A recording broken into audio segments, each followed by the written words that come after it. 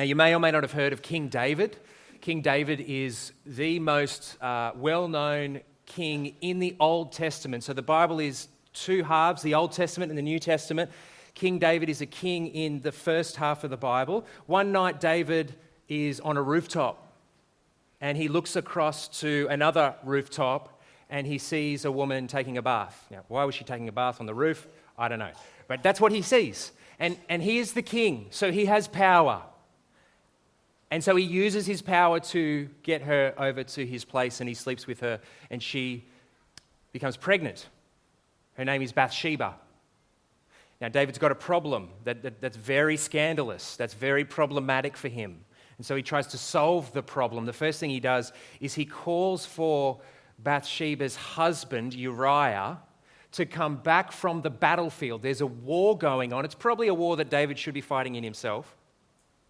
But he calls Uriah back to sort of, mate, spend the night with your lady, and you can imagine that might cover over the situation, but it doesn't work, because Uriah, unlike David at this point, is a man of integrity, and so he says, as long as my friends are out fighting the battle, and that battle isn't won, I'm not going to relax. So he sleeps on the doorstep. So that plan failed. And then so plan B, David uses his power again to orchestrate this situation where Uriah is placed at the very front line of the battle, where the fighting is the most violent and the most fierce, and Uriah dies. So in a roundabout way, not only has David committed adultery, he's committed murder. It's heavy stuff. Now, I love the Bible for a number of reasons.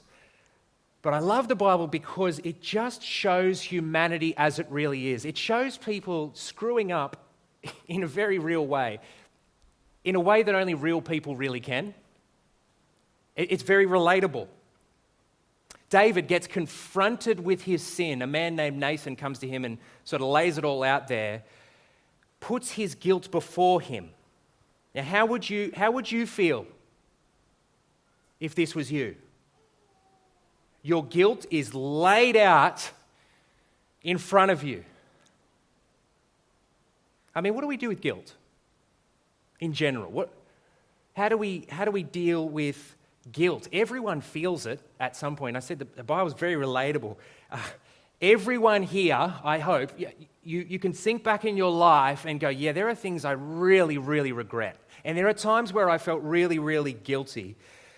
What do we do with that? Because our society today is not a fan of bad feelings. We like feeling good. Everything is about feeling good. We say everyone has the right to feel good about themselves. And then guilt comes along. And guilt is a bad feeling. And some of us then don't really know what to do with it. What do we do with guilt? I can think of at least 4 different ways that we try to deal with our guilt. We're just going to quickly work through them, see if you can resonate with some of this. We carry it, we ignore it, we excuse it, or we try and make up for it. We carry it, we ignore it, we excuse it, or we try and make up for it. Some people carry their guilt. Some of us in this room, when I just say the word guilt or shame or anything like that, you know in yourself, you are carrying it. You have this deep sense of shame and brokenness. I remember once when I was in the supermarket and I picked up a tub of yogurt off the shelf and I went to put it in my trolley, and sometimes in the supermarket, I don't love shopping, so I rush really quickly. I'm just moving around here and there trying to get out of there as quick as I can. And I went to put this tub of yogurt into the trolley, and it hit the handle of the trolley and it flew like 2 meters forward, and it just went splat on the ground. I didn't know what to do. I felt guilty. So I picked it up and I handed it to the fellow who was stacking the shelves, and I made it his problem. The yogurt was spilled everywhere, and I just wonder, as I thought about that image of a cracked tub of yogurt, whether that sounds like some of us. Broken, sort of spilled out everywhere, a little bit messy, holding it together, but carrying brokenness.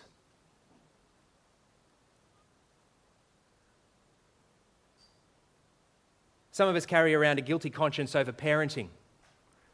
Parenting maybe that's behind us now, but we still carry huge regrets. We desperately wish we had done things differently. Or maybe we're in the middle of parenting right now, and we know we want to change, be less angry, spend more time, speak more kindly, but deep down we just feel hopeless about it, and so we carry this mummy guilt or this daddy guilt. We carry it. Sometimes we carry guilt because we've seriously hurt those who are closest to us. Isn't this tragic, how this works? The ones we love the most are the ones we end up hurting the most. We've betrayed, we've deceived, we've said and done things that have even shocked ourselves. And we carry that. Maybe others know, maybe they don't know, but we manage that guilt simply by carrying it around. Another thing that people do with their guilt is they ignore it. Have you ever met somebody who does the wrong thing and it seems like it doesn't even faze them? They have a capacity to break the law or hurt someone badly, and it looks like they don't care. We all do a little bit of this, ignoring it, because it's sort of how we cope with the guilt sometimes. Sometimes it's like the beach ball, though. You know the beach ball in the pool? When you're trying to press the beach ball down under the water. That's us pressing down that guilt. Now, for some of us, it pops back up pretty regularly, and you just can't ignore it. Some people have this capacity to keep that pressed down. They ignore that guilt very, very well. We suppress it. Another thing we can do is we can excuse it. We can say, it wasn't that bad. What I did wasn't that bad. Well, they deserved it. Or it was society's fault. It was my parents' fault. It wasn't my fault. We excuse ourselves. The Bible tells us about the very first sin that was ever committed. God made the world completely perfect, and He created two people, Adam and Eve, with the capacity to choose whether or not to obey God. You might have heard the story. Eve, the woman, is tempted by Satan to take the fruit from the only tree in the garden that God said to steer clear of. She takes the fruit. Adam is there with her. She gives him the fruit. They've sinned. God comes along to talk with Adam. Adam's guilty. He knows it. We know it as we look at him because he's hiding, as if that were possible, hiding from God. And Adam says, when God confronts him, Adam says this, "The woman you put here with me, she gave me some fruit from the tree and I ate it." Now that is impressive in a sad kind of way, is it not? In just one sentence, Adam has excused himself and blamed both God and Eve. The woman you put here with me, she gave me some fruit. It's her fault and it's your fault for putting her here. That's how he deals with his guilt. He excuses himself by blaming others. And we smile, but every single one of us has done the same. We excuse ourselves. The other thing we can do with our guilt is we can try to make up for it.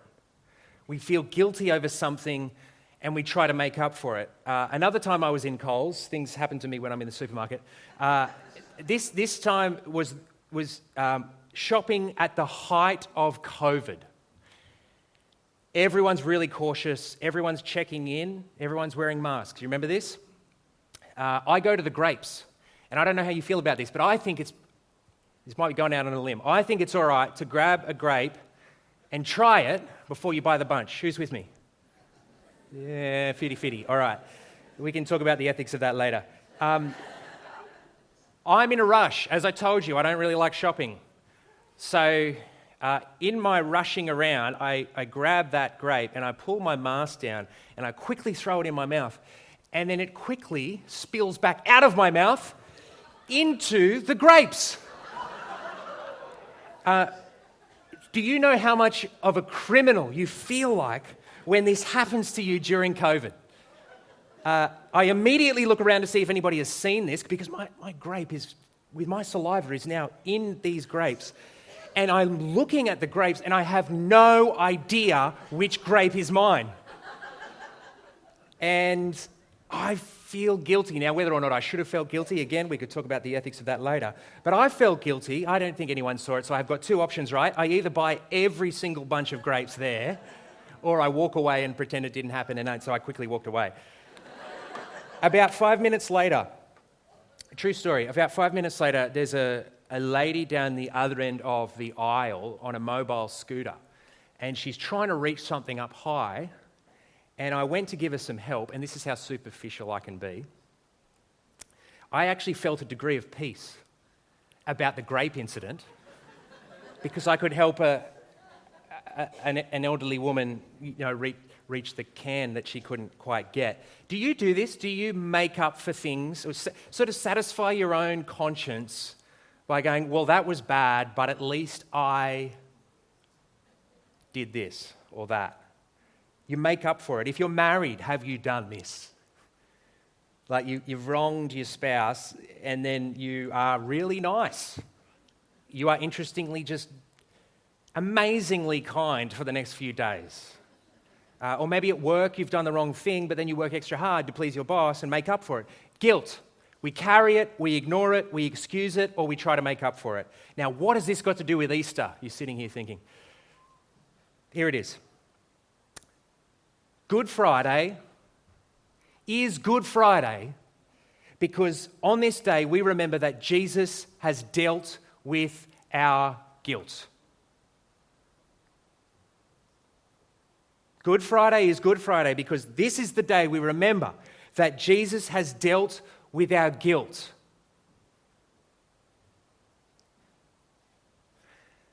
Did you notice all the stuff I've been talking about is the extent to which we feel guilty in life? Did you know, of course, what matters more than our feelings of guilt, what matters more is our actual guilt before God. And the situation of our actual guilt before God is worse than many people understand. We, and I include myself in this, we are guilty of rebelling against a perfect, holy Creator God.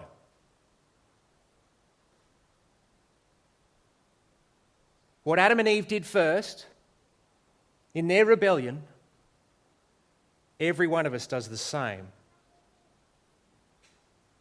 And a guilty conscience, guilty feelings, they kind of point to the fact that we already have a sense that this is somewhat true. That we don't live how we want to live. That we don't live how we should live. In the Old Testament, the section of the Bible before Jesus, God mercifully, generously set something up so that people who were guilty could continue to have a relationship with Him. It was called the sacrificial system. Old Testament believers would bring their guilt offerings to God at the temple. What were they? Animals like sheep, goats, birds. And they would be killed at the temple. And the idea was that the animal was symbolically taking the place of the person who was a sinner. Stick with me here. The person was guilty. The animal hadn't done anything wrong, but the animal would be the thing that was punished. It was a substitution, do you see? The animal would take the place of the sinner. It was the person who deserved to die for their guilt, but it was the animal that would die instead. Now, some of you may go, oh, that sounds pretty violent.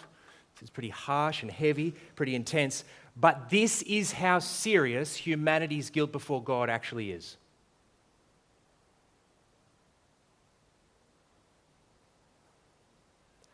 I'm not making this up. This is what God says. Romans 6:3. For the wages of sin, that is the consequences of sin, is death. This is what God says in the Bible, and the Bible consistently points to the fact that sin and the legal standing of guilt that comes from sin always requires a punishment of death.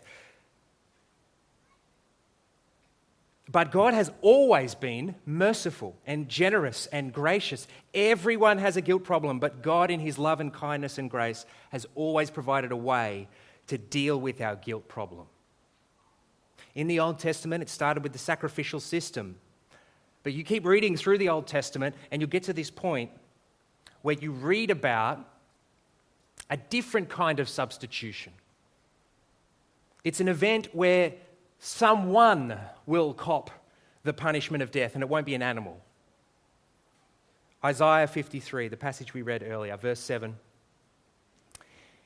It says this. It's a bit poetic, and it speaks as though it's in the past, but it looks forward to someone. He was oppressed and afflicted. He was led like a lamb to the slaughter. He's like a lamb on his way to be slaughtered, but this time it's not a lamb, it's not a goat, it's not a bird, it's a person. It's a he. It's talking about Jesus. Like a lamb, he's innocent. He hasn't done anything wrong, but he subs in to take our place. He subs in to take our place. It says in verse 4, surely he took up our pain and bore our suffering, yet we considered him punished by God, stricken by him and afflicted. But he was pierced for our transgressions. He was crushed for our iniquities. The punishment that brought us peace was on him, and by his wounds we are healed. Do you see what's happening here? Our guilt before God has been transferred from us onto Jesus. We were guilty, but he takes the punishment for our guilt. We were guilty, but he's the one who's pierced and crushed and wounded. The Bible says he is the Lamb of God who takes away the sins of the world. Now, what does that mean for our guilt? We might carry the guilt of a particular sexual past. We might ignore the guilt of a serious addiction. We might excuse the guilt of rage and anger. We might try and make up for the guilt of lying and deceit. It will look different for each of us. Get this. We don't need to do those things. Jesus has dealt with our guilt. The death of Jesus was the single most horrific thing to have ever happened in the history of the world, but it was the single most incredible blessing for you and me. Because the death of Jesus has made a way for our guilt to be dealt with. Some of you know the story of the man hanging next to Jesus. Jesus is crucified with criminals either side of him. One of the criminals is talking with Jesus, and he knows he's a sinner. He knows he's screwed things up. He's carrying that guilt. He gets it. And he turns to Jesus. And he says, will you remember me when you come into your kingdom? And Jesus immediately says, today you will be with me in paradise. Because Jesus knew that what he was doing right there was paying the penalty, the spiritual penalty for that very man, the penalty that that very man deserved. The death of Jesus has made a way for guilt to be dealt with. Now that is freeing. If you get a hold of that, that can change your life. That has the power to heal you and help you move forward, and most importantly, restore you to God, your Maker. There's a story about a young Russian soldier in the 1800s. And he was responsible for handling money in the Russian military. And he has a gambling problem. And he began to steal the money from the military and gamble it away. And he hit a wall with it. He hit a wall where he realized, I can't keep getting away with this. The books don't balance. The shame was unbearable. Now, one night, after writing out all the debts on a piece of paper just to see how really screwed he was. He wrote a question at the bottom of that page, more of as a lament than anything else. He wrote, "Who will pay this debt?" And he had so much shame that night he tried to kill himself. But he passed out. He didn't actually pull it off. And late that evening, he received a visit to his room. The door was ajar, and the man just walked in.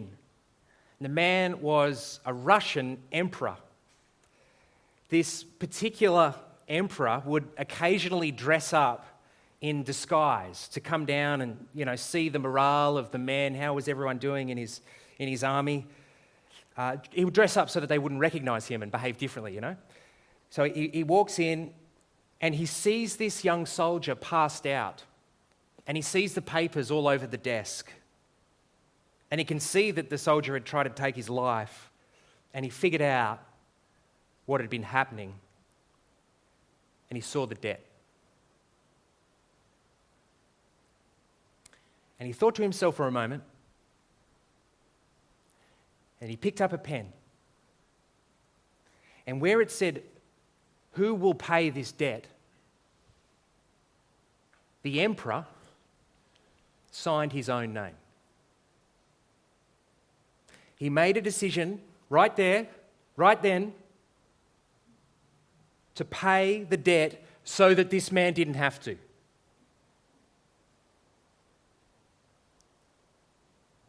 you see this as the gospel? This is what Christians believe. This is the very life-changing, life-saving message that we hold on to. The message of Christianity is that Jesus has come down. He comes down as one of us, not in disguise, but literally as a man. And he sees it all. He sees the guilt, not from afar, but up close. Your guilt and shame, my guilt and shame, and he is determined to pay that debt, where my many debts are listed out. And look, mine are longer than one page. You could write a book about my sin. And where it says at the end, "Who will pay this debt?" it doesn't say Michael. Jesus signs his name with his blood.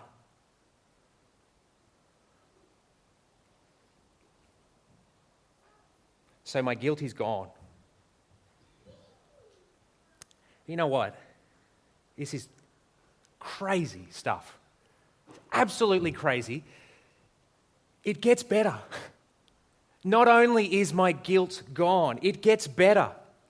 My brother Chris is into cryptocurrency, and for a while there, he was right into it, and he received this gift from a company that he signed up for. He was supposed to receive 68 tokens of this particular cryptocurrency. It was worth about $68.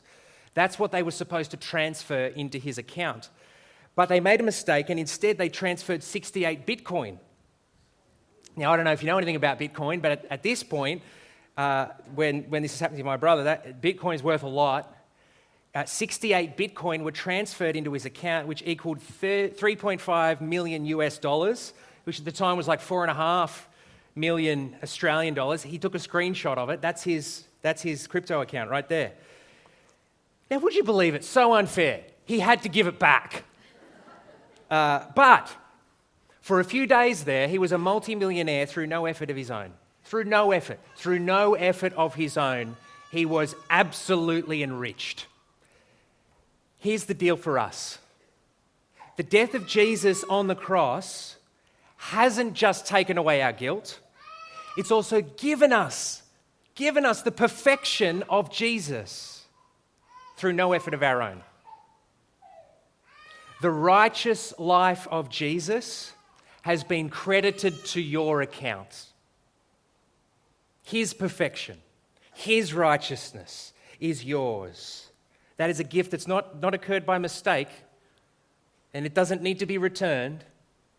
It is yours for good. 2 Corinthians 5:21 says, God made him who had no sin, that's Jesus, to be sin for us so that in him we might become the righteousness of God. In Jesus, we might become the righteousness of God. That means that his goodness, his perfection, his righteous life is transferred to us. So when God looks at you, he doesn't see your guilt and shame. You trust in Jesus Christ, you're connected to Jesus Christ. He does not see your guilt and shame. He looks at you and he sees the life of his Son. Absolute perfection.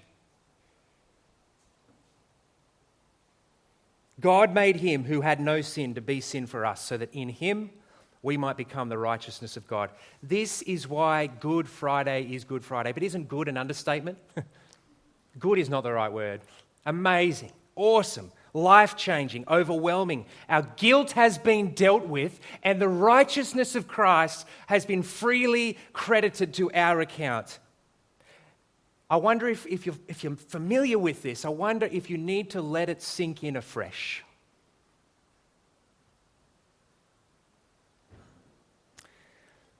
One way that you know this has really sunk in for you is this, that you freely confess your guilt. You confess your guilt over small things, over big things, over shameful things. Now, you don't shout it from the rooftops, but you bring your sin into the light, because here's the thing.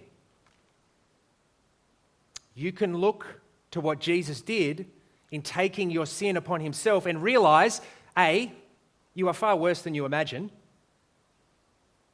It took the death of the one and only Son of God to deal with your sin and guilt. We've got to own that. Minimizing it, ignoring it, excusing our sin, that's crazy. It's crazy when you come to terms with the fact that it took the death of the one and only Son of God to deal with it. But, B, you can look to Jesus and what he did in taking your sin upon himself and realize that you are far more free than you ever imagined.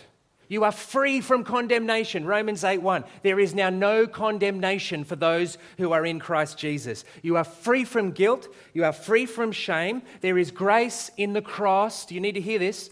There is grace in the cross to cover every single sin.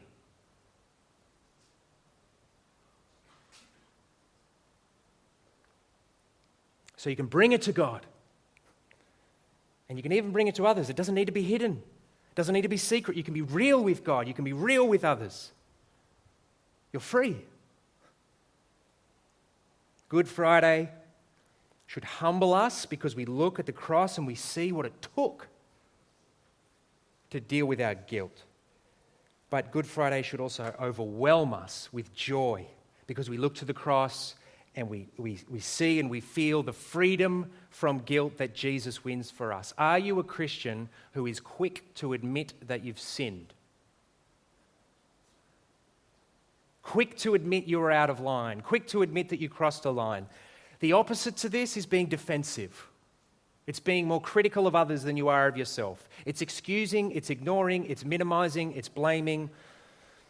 The Christian who has let the gospel sink deep into their bones is also the soul who is humbly, quickly confessing their sin, because you're free. You're free to do it. And if you're a parent, do you model this to your kids? Do they hear you saying sorry regularly? In your friendships, do you say sorry? In your marriage, do you say sorry? Are you the first to say sorry? At least 50% of the time. Aim for more. Do you realize that you are free to humbly admit and confess? And I'm not saying anything is easy, very difficult stuff we're talking about, but the gospel means you can. Some of you might find all of this quite new and overwhelming, and you might not even buy this idea of guilt. You don't totally feel your guilt that much. That's okay. If there is anything in this morning that has stirred your heart, would you be open to the possibility that could be, I'm not saying it is, but that could be God pulling you towards him? Would you not let go of that? Would you not forget about that? But would you do something with that? Because what if this stuff is real? What if this is true? And what if this is what will change your life in an unimaginably brilliant way? Come back to church on Sunday. We're here every Sunday, 10 a.m. Come and have a chat. Talk with the person who brought you along. Pray. If you are there, help me to understand and get more and more of this, whatever this is.